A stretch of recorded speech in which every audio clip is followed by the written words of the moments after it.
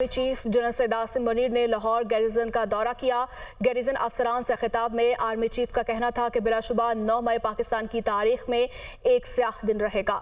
دارستہ طور پر شرپسندوں نے شہداء کی یادگاروں کی بے حرمتی کی اور قومی اتحاد کی علامتوں پر حملہ کیا، جنہوں نے تاریخ کا یہ سیاہ باب رقم کیا۔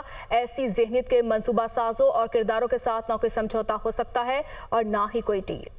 Army chief general Syed Asim Munir کا لاہور گیریزن کا دورہ۔ آرمی چیف کو فارمیشن کی آپریشنل تیاریوں پر تفصیلی بریفنگ۔ سپہ سالار نے یادگار شہداء پر پھول بھی چڑھائے۔ مادر وطن کے لیے جان نچھاور کرنے والے شہداء کو خراج عقیدت پیش۔ کور کوارٹرز میں گیریزن افسران سے خطاب میں آرمی چیف کا کہنا تھا کہ دہشتگردی کر رہے ہیں، مسلح افواج اور عوام کے درمیان تفریق پیدا کرنے کی کوشش کی جا رہی ہے۔ قوم کی حمایت سے ایسی تمام قوتوں کے عزائم کو ناکام بنایا جائے گا۔ آرمی چیف نے کہا کہ بلا شبہ 9 مئی پاکستان کی تاریخ میں ایک سیاہ دن رہے گا۔ دانستہ طور پر شرپسندوں نے شہداء کی یادگاروں کی بے حرمتی کی اور قومی اتحاد کی علامتوں پر حملہ کیا گیا۔ جنرل سید عاصم منیر نے کہا کہ پرتشدد اور مذموم کارروائیوں کی وجہ سے دشمنوں کو مذاق اڑانے کا موقع دیا گیا۔ اب وہی سازشی عناصر ڈٹائی سے بیانیے کو توڑ موڑ کر پیش کر رہے ہیں، جنہوں نے تاریخ کا یہ سیاہ باب رقم کیا۔ ایسی ذہنیت کے منصوبہ سازوں اور کرداروں کے ساتھ نہ کوئی سمجھوتا ہو سکتا ہے اور نہ ہی ڈیل۔ گھرونے منصوبے کے اصل رہنما جو خود کو معصوم کہتے ہیں، انہیں اب حساب دینا پڑے گا۔ ایسے عناصر کے خلاف واضح ثبوت موجود ہیں۔ آرمی چیف نے کہا کہ 9 مئی کے روز وہ معصوم جوان عناصر کے سیاسی مقصد نہیں سمجھ سکے، ان کو خواہشات کا ایندھن بنایا اور ورگلایا۔ لوگوں کو سپریم کورٹ کی ہدایت پر پہلے سے ہی شک کا فائدہ دیا جا چکا ہے۔ جنرل عاصم منیر نے کہا کہ فوج کا ہر سپاہی اور افسر کسی دوسری وابستگی سے قطع نظر فرائض کو اولویت دیتا ہے۔ پاک فوج کا ہر سپاہی اور افسر روزانہ کی بنیاد پر قربانیاں دے رہا ہے۔ بعد ازاں آرمی چیف نے لاہور گیریزن میں جناح لائبریری کا افتتاح بھی کیا۔ آرمی چیف سید عاصم منیر کی آمد پر کور کمانڈر لاہور نے ان کا استقبال کیا۔ 9 مئی کو ملک میں بغاوت اور پاکستان کو تقسیم کرنے کی گھٹیا حرکت کی گئی۔ جنہوں نے ملک کے خلاف بغاوت کی انہیں سزا ضرور ملے گی۔ سانحہ 9 مئی میں بے گناہوں کو کوئی ہاتھ نہیں لگائے گا۔ اسلام آباد میں تقریب سے خطاب کرتے ہوئے شہباز شریف کا کہنا تھا کہ شہداء کی یادگاروں کی بے حرمتی قوم برداشت نہیں کر سکتی۔ 9 مئی کے دن شہداء کے ورثاء کے دلوں پر قیامت گزری، یہ بذات خود گواہی ہے۔ یہ سیاسی عمل نہیں بلکہ بغاوت کا ایک منظم منصوبہ تھا۔ حملہ آوروں اور ان کے سرپرستوں نے شہداء کے اہل خانہ سے معافی نہیں مانگی۔ آئندہ کبھی 9 مئی جیسے سانحے کی نوبت نہیں آنے دیں گے۔ شہداء کے ورثاء اطمینان رکھیں، قانون کے مطابق فیصلے ہوں گے۔ بطور خادم پاکستان وعدہ کرتا ہوں شہداء کے بچوں کا خیال رکھیں گے۔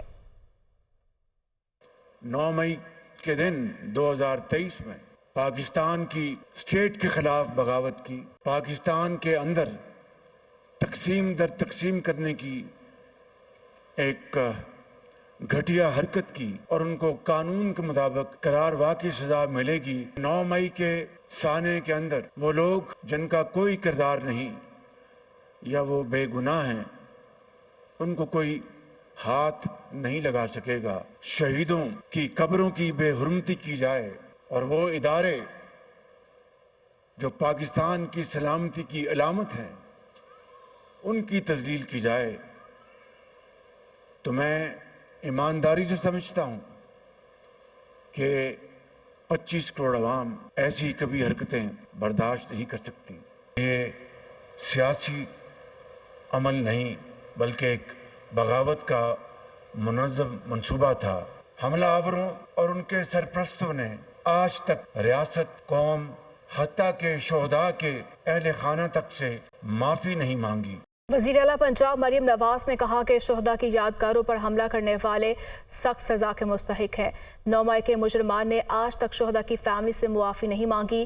9 مئی کو سیاسی جماعت کا لبادہ اوڑھ کر جو دہشت گردی کی گئی وہ دہشت گرد بھی نہیں کر سکتا۔ لیاقت علی کی رپورٹ۔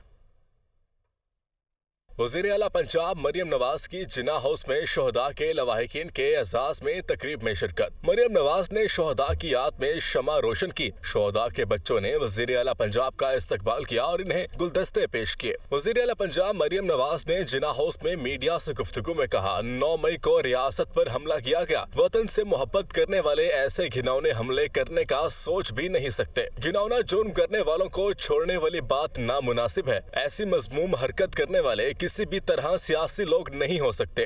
آج جو میں اندر دیکھ کر آئی ہوں، مجھے یہ یقین ہو گیا ہے کہ دہشت گردوں کے سینے میں دل نہیں ہوتا